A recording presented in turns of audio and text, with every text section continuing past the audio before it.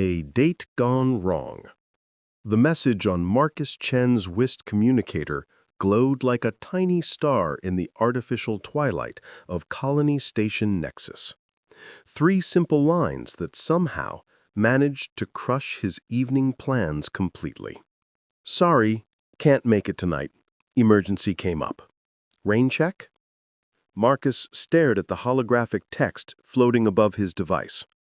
After serving 15 years as a combat engineer for Earth's Colonial Defense Force, he thought he understood disappointment. Watching supply drops get delayed, seeing defensive positions overrun, losing good soldiers to alien conflicts across 12 different worlds. But somehow, getting stood up 30 minutes before a blind date hit differently. The storm arrives. The artificial weather systems of the space station began their evening cycle as Marcus walked through the commercial district. Thunder rumbled through the speakers embedded in the metallic sky dome, followed by the gentle patter of recycled rain. The station's designers had tried to recreate Earth's natural weather patterns, though the result felt more like living inside a giant terrarium than experiencing real storms. Marcus pulled his worn military jacket tighter as he headed toward the parking levels. His apartment in Sector 12 waited for him, along with another quiet evening of reading technical manuals and wondering what normal people did with their free time. 3 years since leaving the service, 18 months on this spinning metal city at the edge of known space, and he still felt like a stranger to civilian life. An unexpected discovery. The parking garage echoed with the sound of artificial rain hitting the transparent aluminum roof. Marcus was searching for his vehicle access card when he heard it, a soft sobbing that seemed to come from the shadows between the hover cars. His military training kicked in automatically, senses sharpening as he moved toward the sound. In the dim light of the lower parking level, he found her. The draconian woman sat on the wet floor beside an old hovercar, her back against the vehicle's side panel. Even in distress, she was breathtaking. Her people were known throughout the galaxy for their elegant beauty, and she was no exception. Scales the color of starlight covered her arms and neck in delicate patterns, catching the neon glow from the station's advertisements. 2 graceful horns curved from her temples, and her hair seemed to shimmer with its own inner light. But it was her wings that made Marcus pause. Large, iridescent membranes that should have been held high with natural pride, instead drooped against the ground like broken dreams. 2 small figures pressed against her sides, children, which meant this situation was far more serious than he'd first thought. The children's fear. The boy couldn't have been more than 6 in Earth years, though draconian aging worked differently. His scales showed the deep blue color of ocean depths, and small horns were just beginning to emerge from his forehead. He had his arms wrapped protectively around his mother's waist, his face buried against her side. The girl was younger, perhaps 5, with scales that shifted between silver and pale gold in the flickering garage lights. Her tiny wings, barely developed at her age, trembled as she clutched her mother's arm. Both children looked exhausted, frightened, and fiercely protective of their parent. Marcus took a careful step forward, his boots scraping against the rough concrete. 3 sets of eyes immediately snapped toward him. The mother's pupils dilated with alarm, glowing amber in the dim light. Recognition flickered across her features, followed quickly by shame and something that looked dangerously close to terror. A face he knew. He knew that face. Marcus had studied the photograph his friend Jake had shown him just 3 days ago. Her name is Lyra Starweaver, Jake had said with the enthusiasm of a determined matchmaker. Immigration coordinator, level 9 clearance, smart, funny, been through some tough times but hasn't let it break her spirit. Perfect for a guy like you who needs to get back into the dating world. Lyra Starweaver, who had canceled their date 30 minutes ago. Lyra Starweaver, who was now sitting in a puddle in a parking garage with two terrified children clinging to her like she was their only anchor in a storm-tossed universe. The approach. "Please," she whispered, her voice carrying the distinctive harmonic quality of her species, though it cracked with exhaustion and fear. "Please, I can explain everything. I didn't mean for this to happen.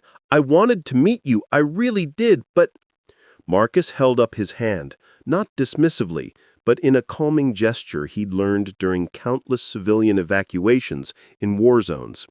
He moved slowly, deliberately showing his peaceful intentions as he lowered himself to sit on the wet concrete. He maintained a respectful distance, close enough to show he wasn't leaving, far enough away to avoid triggering protective instincts. "Take your time," he said, keeping his voice low and steady. "No rush, no judgment here." The boy's grip on his mother tightened, and he turned his head just enough to study Marcus with one suspicious golden eye. The girl made a small sound somewhere between a whimper and a growl that might have been adorable under different circumstances. "You're him," Lyra said, and it wasn't a question, but a statement of resignation. "Marcus Chen, the veteran from Sector 12? Jake showed me your service record, said you were one of the good ones."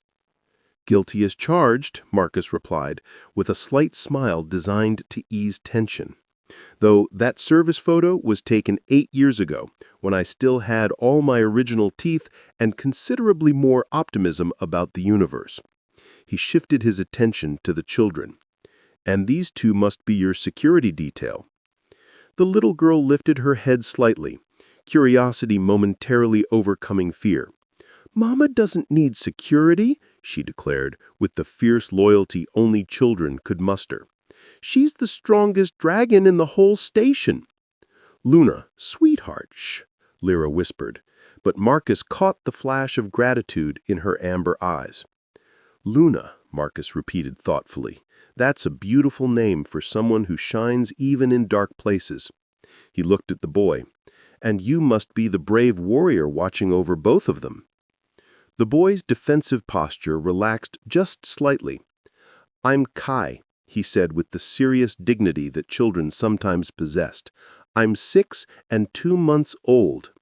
6 and 2 months is a very important age, Marcus agreed solemnly. "I remember being 6 and 2 months. That's when I learned to pilot my first hoverbike. Crashed it into a waste disposal unit, but we don't talk about that incident." Despite everything, Lyra let out a sound that might have been the ghost of a laugh. The artificial rain continued its steady rhythm against the garage roof, creating a cocoon of white noise around their small group. Marcus pulled off his military jacket and offered it to Lyra. "Look, I don't know what's going on here, but sitting on wet concrete in a parking garage isn't solving anyone's problems. There's a family-friendly restaurant 2 levels up that serves the best synthetic noodles this side of the asteroid belt. Very casual, very warm, and they give out coloring tablets to keep young artists busy." The children's eyes widened at the mention of coloring tablets, and for the first time since he'd found them, Marcus saw hope flicker across Lyra's beautiful features. "You don't understand," she began, but Marcus gently interrupted. "Then help me understand. Over dinner, somewhere comfortable where these two can get some hot food, and you can tell me whatever you need to tell me." The storm continued above them, but in that moment, something shifted. The first fragile thread of trust began to form between a broken family and a lonely veteran who had simply refused to walk away. A warm welcome. The elevator ride to the restaurant level felt like ascending from an underground cave into civilization. Luna pressed her small face against the transparent wall, watching the station's central hub scroll past in layers of light and activity. Kai stood protectively close to his mother, But Marcus noticed the boy's eyes tracking the hover traffic patterns with obvious fascination. "You like engineering?" Marcus asked, noticing Kai's intense focus on the mechanical systems visible through the elevator's transparent panels. "Mama says I have a technical mind," Kai replied proudly. "I can fix our food processor when it makes weird noises." "Technical minds are valuable things," Marcus said seriously. "The galaxy always needs good engineers." Nino's Family Kitchen. The restaurant Marcus chose was everything a fancy establishment wasn't. Mismatched furniture, walls covered in children's artwork, and the comfortable chaos of a place where families actually felt welcome. The sign above the entrance read, "Nino's Family Kitchen," in 3 different languages, and the warm light spilling from the windows promised comfort food and honest prices. A burly human man with graying hair and laugh lines around his eyes emerged from behind the counter as they entered. His apron was splattered with sauce, and his smile was genuine. "Marcos," Nino called out in accented standard. "You bring family tonight. Is wonderful." "Hey, Nino. Table for 4, somewhere these young artists can contribute to your gallery." Marcus gestured at the wall decorations while helping Lyra out of his jacket. "Perfect table in back corner. Very cozy. You sit. I bring special menu for little ones." Getting comfortable. They settled into a booth with worn but clean cushions. Luna and Kai flanked their mother, while Marcus sat across from them. The table already had paper placemats and a cup full of drawing styluses. Clearly, Nino took his young customers seriously. The children immediately seized the drawing tools and began creating masterpieces on their placemats. For the first time since Marcus had found them, some of the tension left Lyra's shoulders. "This isn't what you signed up for," Lyra said quietly, her voice barely audible above the restaurant's comfortable bustle. "I signed up to have dinner with someone interesting. Mission accomplished, with bonus interesting people included." Breaking down barriers. "You're very kind, Mr. Chen, but—" "Just Marcus, please. Mr. Chen was my father, and he considered adding pepper to his food an exotic culinary adventure." He studied her face, noting the exhaustion that went deeper than just tonight's crisis. "How long have you been on Nexus Station?" 4 years, Lyra replied, unconsciously smoothing Luna's hair as the little girl drew what appeared to be a spaceship with wings. "What do you do in immigration services?"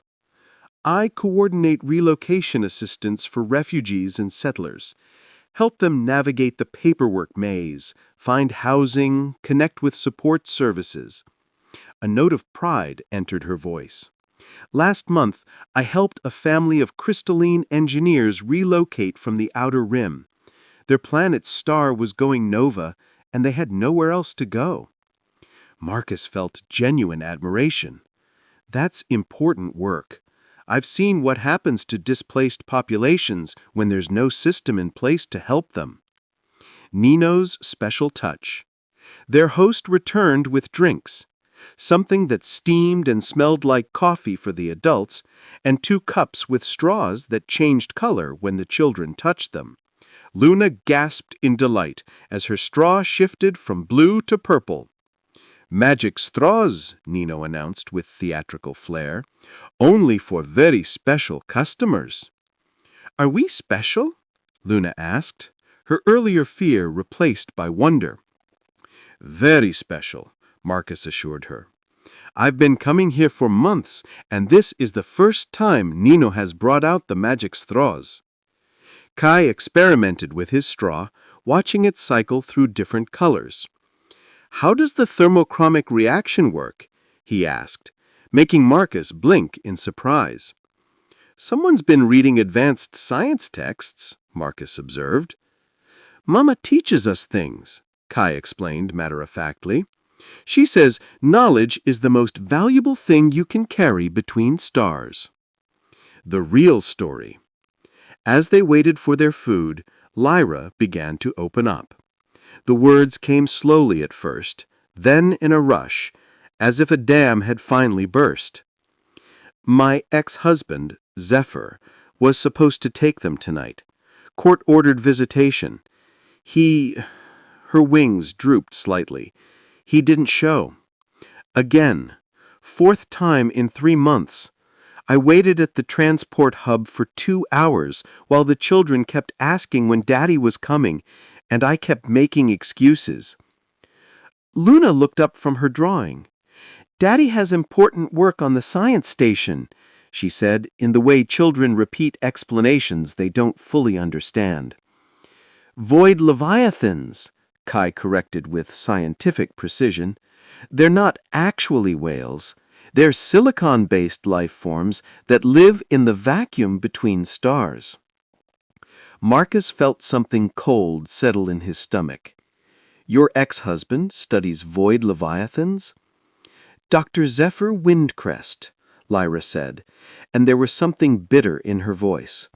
Brilliant xenobiologist, published researcher, and according to him, the children and I were holding back his career. A growing connection. Nino appeared with their food. Steaming bowls of noodles in rich broth, fresh bread, and something that looked like vegetables, but probably came from 3 different planets. The children dug in with the enthusiasm of the truly hungry, and Marcus noticed Lyra hadn't eaten much recently either. Tell me about your work, Lyra said, clearly wanting to change the subject. Jake mentioned you were in the military, but what do you do now? Officially, I'm a colonial infrastructure specialist. Unofficially, I fix things that break and solve problems that don't have obvious solutions. Marcus twirled noodles around his fork. Yesterday, I helped mediate a dispute between human miners and a Rigelian trade consortium.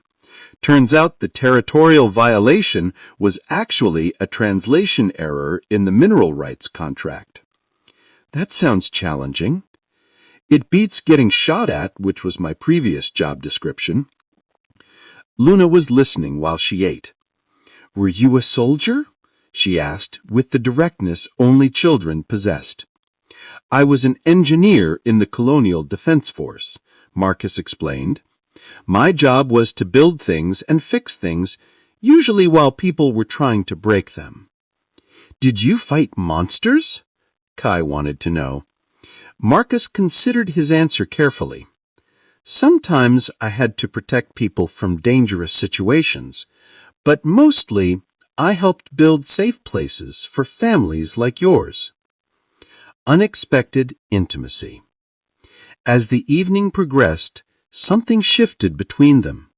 Lyra laughed at Marcus's stories about military life, and he found himself captivated by her intelligence and the fierce love she showed to her children. There were moments when their eyes met across the table, and Marcus felt something he hadn't experienced in years, genuine connection. As Luna spilled sauce on her shirt, Lyra leaned across the table to clean it up, and her hand briefly touched Marcus's. The contact sent an unexpected jolt through him, and from the way Lyra's eyes widened, she felt it too. Sorry, she whispered, but she didn't pull her hand away immediately. Don't be, Marcus replied quietly, and for a moment the busy restaurant faded around them. A family's acceptance. By the time dessert arrived, some kind of molecular ice cream that changed flavors with each bite, the children had completely accepted Marcus's presence. Luna showed him every detail of her spaceship drawing, while Kai peppered him with questions about engineering and space construction. You're good with them, Lyra observed, watching Marcus help Luna figure out how to make her ice cream taste like strawberries. They're easy to be good with. Smart, curious, well-behaved. You're doing an amazing job raising them. Lyra's scales shifted color slightly, a sign of emotion in Draconians. Some days, I don't feel like I am, Some days, I feel like I'm barely keeping everything together. Welcome to parenthood, Marcus said gently. From what I've seen, feeling like you're failing usually means you care enough to do it right. As they prepared to leave, Luna tugged on Marcus's sleeve. Are you going to have dinner with us again? Marcus looked at Lyra, seeing hope and uncertainty in her amber eyes. If your mama would like that, then yes, I... Morning after hope. 3 weeks had passed since that first evening at Nino's, and Marcus found himself looking forward to each day in a way he hadn't felt since before the war. His modest apartment in Sector 12 now displayed Luna's artwork on the refrigerator, and Kai had started bringing him broken gadgets to fix together, a ritual that reminded Marcus why he'd loved engineering in the first place. This morning was different, though.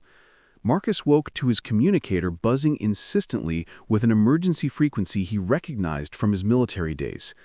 The message was brief and chilling. Lyra in trouble. Come to Immigration Services, Level 15. Hurry. Jake. Storm clouds gathering. The Immigration Services building hummed with nervous energy when Marcus arrived. Security personnel moved with the tense efficiency of people expecting trouble, and civilian staff whispered in small groups near the elevators. Marcus found Jake Martinez, his old squadron mate and current station security chief, pacing outside Lyra's office like a caged predator. "What's the situation?" Marcus asked, falling into the familiar rhythm of military briefings. "Her ex-husband showed up this morning with 2 associates," Jake replied grimly. "Claims he's exercising his parental rights, but something feels off. The guys with him aren't academics. They're muscle. Private security types, the kind that ask questions with their fists." Through the transparent aluminum walls of Lyra's office, Marcus could see the confrontation unfolding. Lyra sat behind her desk, her posture rigidly controlled, while a tall draconian male with midnight blue scales leaned over her in an obvious intimidation pose. 2 humans flanked him, corporate security by their dress and bearing, the kind who solved problems quietly and permanently. A father's demands. "I can't hear what they're saying," Marcus muttered, frustration building in his chest. "Internal sensors are picking up elevated stress indicators from Lyra," Jake reported, checking his handheld scanner. "Heart rate, respiratory patterns. She's terrified, but trying not to show it." The office door slid open with a soft hiss, and the confrontation spilled into the hallway. Zephyr Windcrest was everything Marcus had imagined, and worse. Tall, elegant, with the kind of intellectual arrogance that came from being the smartest person in most rooms. His scales showed intricate patterns that spoke of an ancient draconian bloodline, and his eyes held the cold calculation of someone who viewed other people as obstacles to be overcome. "The children belong with their father," Zephyr was saying, his voice carrying the harmonic authority of his species. "My research station on Europa provides far better educational opportunities than this backwater facility." "The custody agreement clearly states," Lyra began, but Zephyr cut him off with a dismissive gesture. "Legal documents can be modified. I have new evidence of your instability." Enter the outsider. Marcus stepped forward before Jake could stop him. Military training had taught him to recognize predators, and everything about this situation screamed danger. "Dr. Windcrest, I presume." Marcus extended his hand in greeting, though his smile never reached his eyes. "I've heard so much about your work with void leviathans." Zephyr's vertical pupils narrowed as he studied Marcus. "And you are relevant to this family matter? How, exactly?" "Marcus is a friend," Lyra said quickly, moving to stand beside him. Marcus noticed how her hand briefly touched his arm, a gesture of solidarity that didn't go unnoticed by her ex-husband. "Ah, the replacement. How predictable." One of the human security personnel, a scarred man with dead eyes, stepped closer. "Dr. Windcrest, perhaps we should expedite this discussion. Time is a factor." Marcus's combat instincts flared. The man's stance, the way his jacket hung loose over concealed weapons, the casual threat in his voice, these weren't legal representatives, they were enforcers. Dangerous revelations. "Where are Kai and Luna?" Marcus asked quietly, and felt Lyra tense beside him. "Safe," My neighbor is watching them. They don't know their father is here." Zephyr's enhanced hearing caught the exchange. "My children will be collected within the hour. I have a transport waiting in the commercial docking bay." "Over my dead body," Lyra said, her wings flaring in threat display. The first time Marcus had seen her show her species' aggressive side. "That can be arranged," the second security operative said casually, and Marcus realized they had crossed from family dispute into something much darker. Jake stepped forward, his security chief credentials visible on his uniform. "Dr. Wincrist, I'm going to have to ask you and your associates to accompany me to the security office. There are some questions about your documentation." The scarred man smiled, and Marcus saw his hand move toward his jacket. Training kicked in faster than conscious thought. Marcus grabbed Lyra and pulled her behind the reception desk as the office erupted in chaos. Energy weapons discharged with sharp cracks, burning holes in the walls where they had been standing seconds before. Civilian staff screamed and dove for cover, while Jake drew his sidearm and returned fire. The Immigration Services office became a battlefield in the span of heartbeats. "Jake," Marcus called out, pinned behind the reception desk with Lyra, "these aren't legal proceedings. It's a kidnapping." "Figure that out," Jake shouted back, using a support pillar for cover. "Security teams are en route, but they're jamming our communications." Zephyr's voice carried over the sound of weapons fire, calm and controlled despite the violence. "This is unfortunate, but necessary. My research requires my children's unique genetic markers. Their mother's continued interference has become problematic." Marcus felt ice form in his veins. "He's not here for custody," he told Lyra urgently. "He needs them for something else." Lyra's strength, to Maya's amazement, Lyra's fear transformed into something else entirely, maternal fury that made her scales shimmer with dangerous beauty. "If he thinks he can take my children for his experiments, he's about to learn why my family name is Starweaver." She activated her wrist communicator, speaking rapidly in the flowing language of her homeland. Marcus caught enough words to understand she was calling for help, but the response seemed to surprise her. "What did they say?" Marcus asked as they moved to better cover. "They said to hold our position," Lyra replied, with wonder and relief in her voice. "Help is coming." Tactical retreat. The firefight continued for several more minutes until Jake's security reinforcements arrived, forcing Zephyr and his associates to retreat toward the docking levels. But Marcus knew this was just the beginning. Whatever Zephyr wanted with his children, he wouldn't give up easily. As emergency medical teams arrived to treat the wounded, Marcus helped Lyra to her feet. Her office was destroyed, the walls scored with energy weapons burns, but they were alive. "We need to get to Kai and Luna," Lyra said urgently. "If Zephyr knows where I live—" "Already on it," Jake interrupted, checking his communicator. "I've got teams moving to secure your apartment. But Lyra, you can't go home, not until we know how far he's willing to take this." Safe harbor. Marcus made a decision that felt as natural as breathing. "Come to my place, all of you. It's in a different sector, and the building has good security." Lyra looked at him with an expression that mixed gratitude, fear, and something deeper. "Marcus, you don't understand what you're offering. If Zephyr is willing to use violence to get what he wants, then he'll have to go through me first. And I've gotten very good at protecting the things that matter to me." The ride to Marcus's apartment was tense, filled with the knowledge that their peaceful 3 weeks of growing affection had just become something much more dangerous. But as they walked through his front door to find Jake's security team bringing Kai and Luna to safety, Marcus realized something important had changed. This wasn't just about helping a friend anymore. Somewhere between that first night in the parking garage and now, Lyra and her children had become his family. And Marcus Chen had never failed to protect his family. Outside the station's artificial day cycle continued normally, but storm clouds were gathering on the horizon. Zephyr's retreat was tactical, not final. This was far from over. As Luna ran into her mother's arms and Kai grabbed Marcus's hand for security, Marcus found himself thinking about the communication Lyra had made in her native language. "Help is coming," she had said.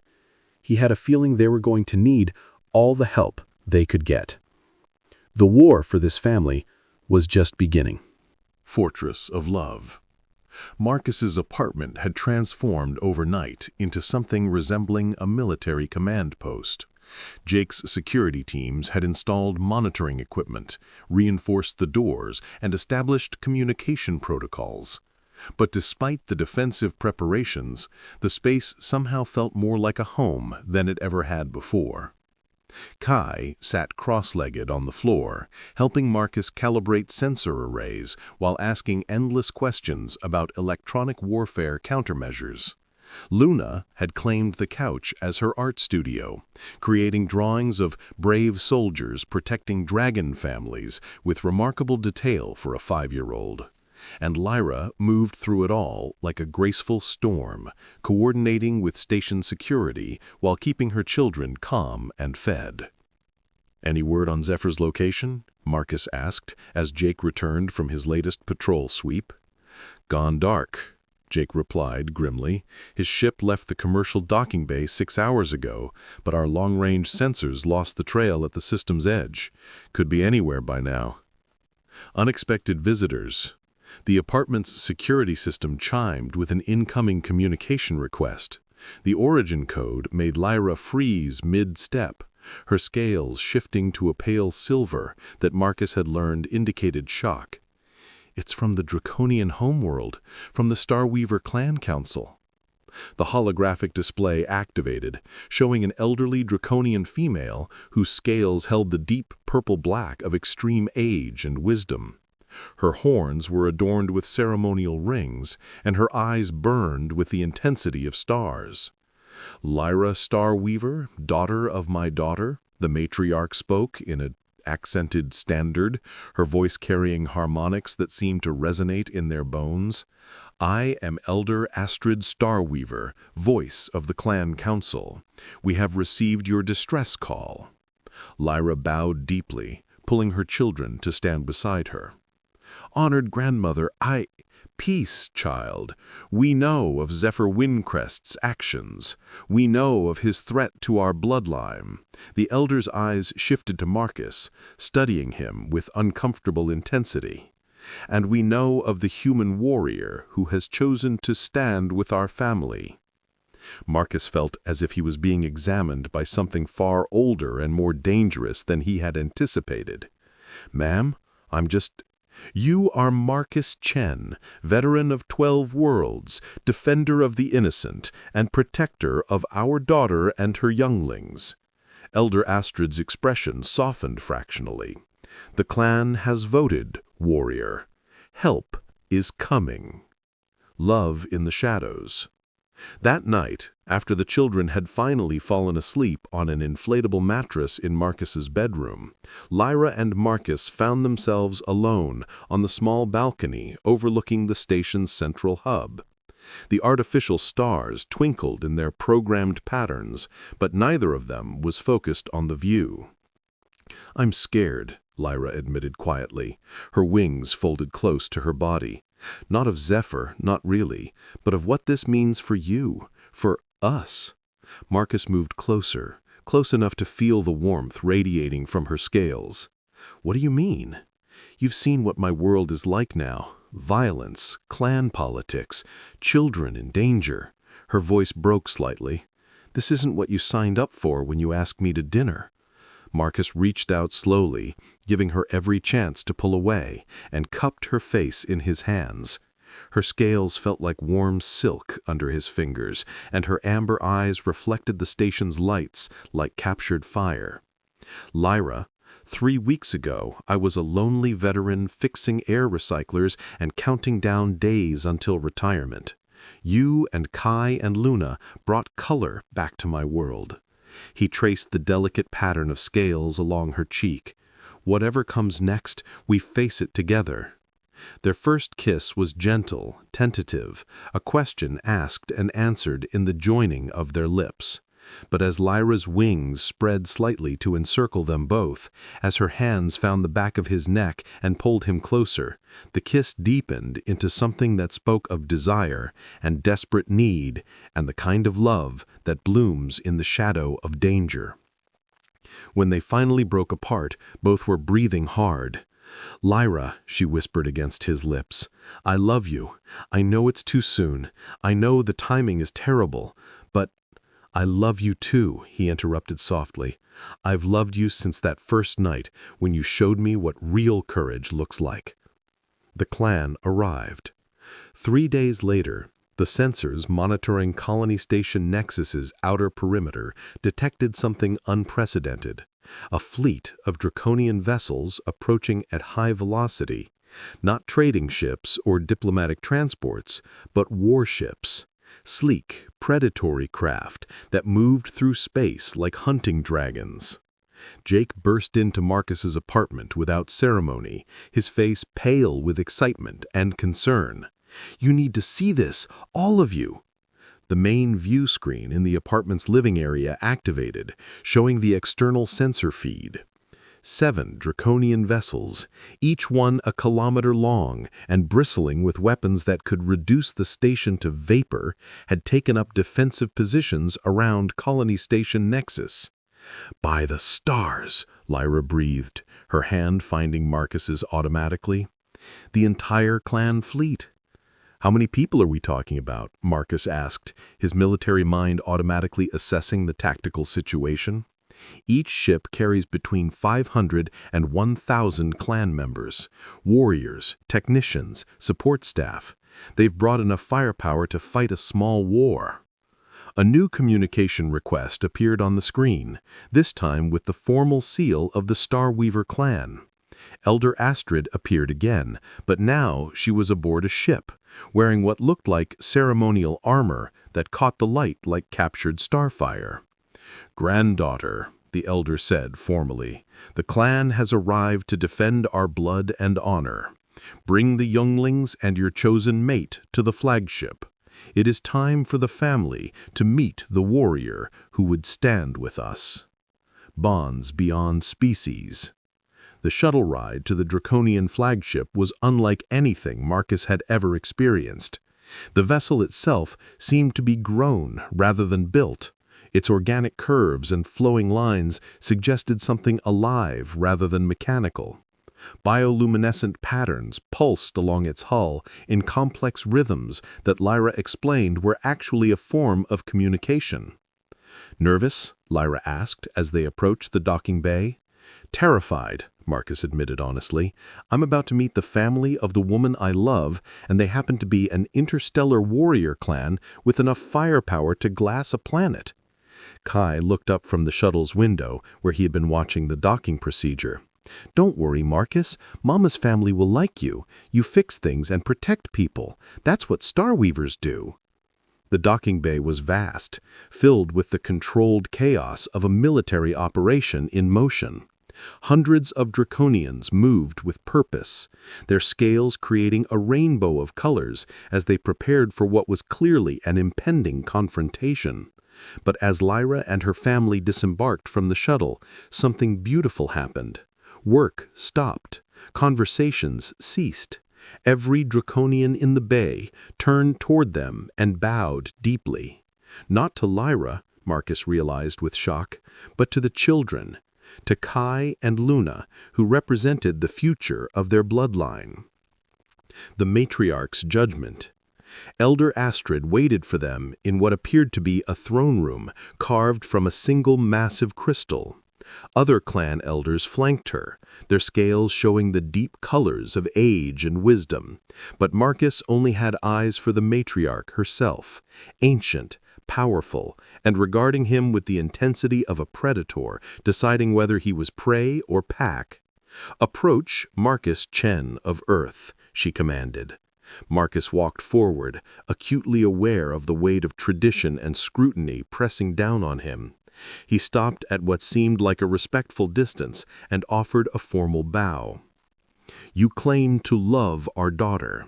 You claim willingness to protect our bloodline. But words are wind, human.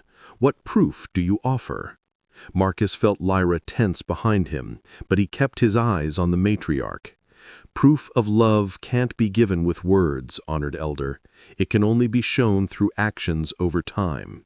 But I offer you this, my oath that Lyra's well-being and happiness and the safety of her children matter more to me than my own life.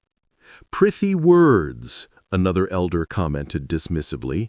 "What can one human warrior do against the forces that threaten our clan?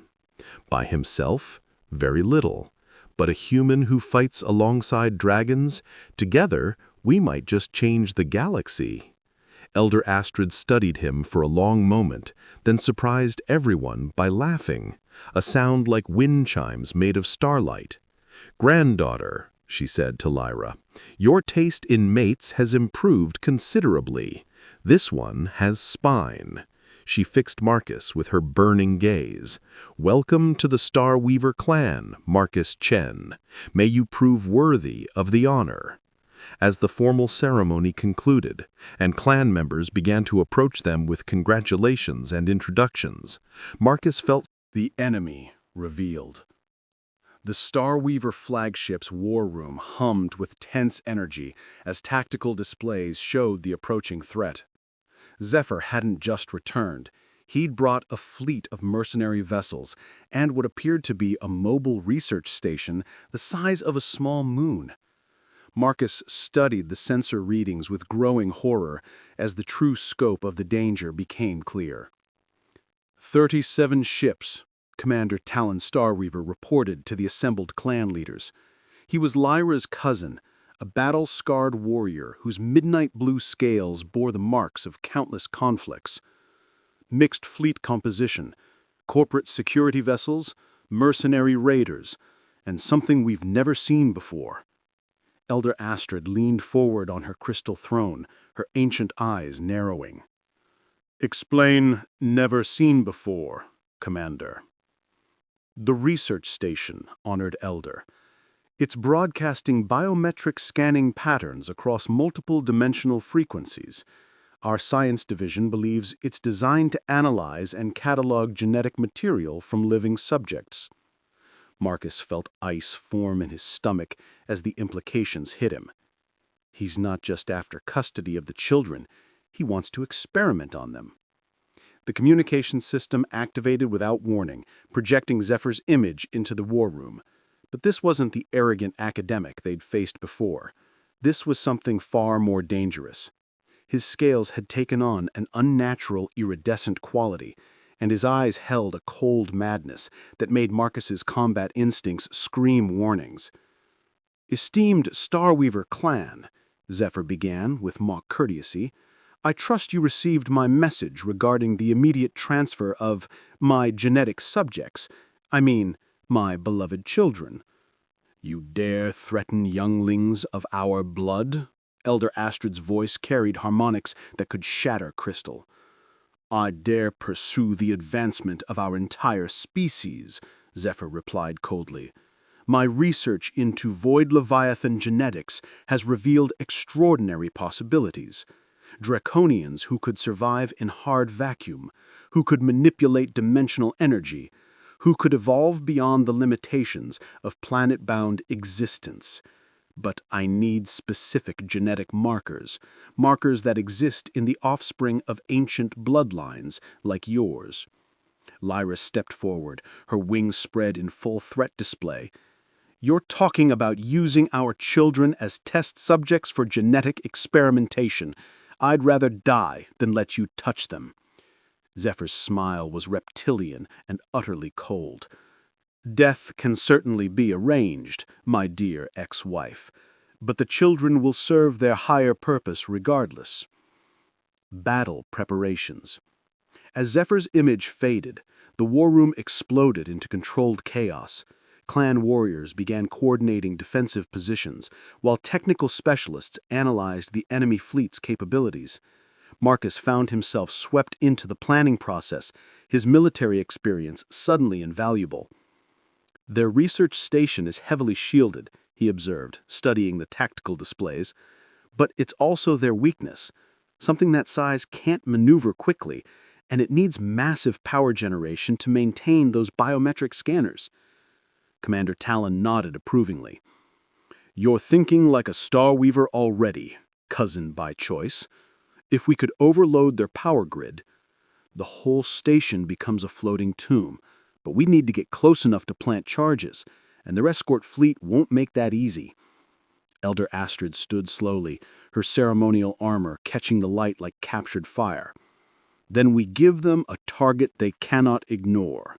Commander, prepare the clan for battle, and summon the war singers. It's time our enemies remembered why dragons were feared across the galaxy. Love in the shadow of war. As the clan prepared for battle, Marcus found a quiet moment with Lyra and their assigned quarters.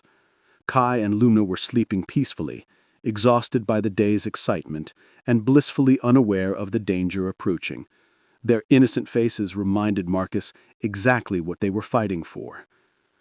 "I need to tell you something," Lyra said softly, her scales shimmering with nervous energy. "Before the battle begins, before anything else happens."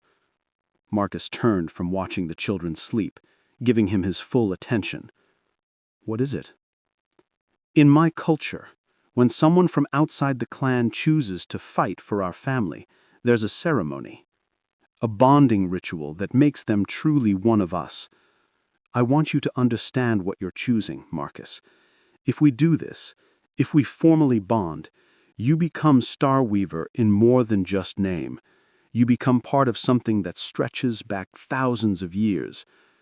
Marcus moved closer, taking her hands in his. Her scales felt warm and slightly electric under his touch. "And if I don't survive the battle? Then you die as my mate and the children's chosen father," she whispered. "And I die as your bonded partner, knowing that we face the darkness together." Their second kiss was different from the first, deeper, more desperate, filled with the knowledge that it might be their last. When they broke apart, both were breathing hard, and Marcus could see bioluminescent patterns beginning to glow along Lyra's neck and arms. "Yes," he said simply. "Whatever it means, whatever it costs. Yes." The bonding ceremony. The ceremony took place in the flagship's heart chamber, a cathedral-like space where the ship's living systems pulsed with organic rhythm. Elder Astrid officiated, while clan members formed concentric circles around them, their voices raised in harmonic songs that seemed to resonate in the quantum structure of reality itself. Marcus knelt before the crystal altar as ancient words washed over him in Lyra's native tongue. He didn't understand the language, but he felt the power in it, the weight of tradition, the strength of belonging, the fierce joy of acceptance. Lyra placed her hands on his shoulders, her scales now glowing with brilliant patterns of silver and gold. "By blood and by choice, by fire and by starlight, I claim you as mate, as family, as Starweaver." Elder Astrid approached with a ceremonial blade that seemed to be made of crystallized light. "Marcus Chen of Earth, will you shed blood for this clan? Will you stand with us against the dark between stars?" "I will," Marcus replied, offering his hand. The cut was shallow, but precise, and as his blood dropped onto the crystal altar, something extraordinary happened. The ship itself seemed to respond, bioluminescent patterns racing along the walls as if welcoming him home. United we fight. The battle began at the edge of the system, where Zephyr's mercenary fleet met the Starweaver warships in a clash of energy and will. But this wasn't the sterile warfare of human military doctrine. This was something primal, ancient, filled with the fury of dragons protecting their young. Marcus found himself in the flagship's tactical center, coordinating with Commander Talon as they executed a plan that relied on perfect timing and absolute trust. 3 Starweaver vessels engaged the main enemy fleet in frontal assault, while the flagship, cloaked by technologies Marcus barely understood, approached the massive research station. "Boarding craft away," Talon reported as Marcus suited up for the most dangerous part of their mission. 12 warriors plus 1 very determined human engineer. The approach to the research station was a nightmare of defensive fire and gravity distortions. but the Starweaver boarding craft moved like living things, weaving between energy blasts with impossible grace. Marcus gripped his weapon, a draconian energy rifle that seemed to respond to his thoughts, and tried not to think about how many ways this could go wrong. Into the heart of darkness. The research station's interior was a maze of biological corridors and mechanical laboratories. Worse, it was filled with the nightmarish results of Zephyr's experiments. Creatures that had once been draconians, twisted by genetic manipulation into something barely recognizable. "Stay close," Commander Talon hissed as they moved through the corridors. "These abominations still carry clan blood. Killing them will be mercy, but it will hurt." They fought their way deeper into the station, Marcus's engineering knowledge proving crucial as he disabled security systems and opened sealed passages. But it was his heart, his desperate need to protect Lyra and the children, that gave him the strength to keep going when exhaustion and horror threatened to overwhelm him. The central laboratory was a cathedral of science gone wrong, filled with tanks containing failed experiments and monitoring equipment that tracked genetic patterns across space. And there, at the center of it all, stood Zephyr Windcrest, no longer recognizably draconian, his body twisted by his own experiments into something that belonged in nightmares. Marcus Chen, the human who thinks he can protect what's mine. You have no idea what you're interfering with. I know enough. I know you're a madman who would torture children for scientific advancement. I know you're the kind of evil the galaxy is better off without. The final confrontation. The battle with Zephyr was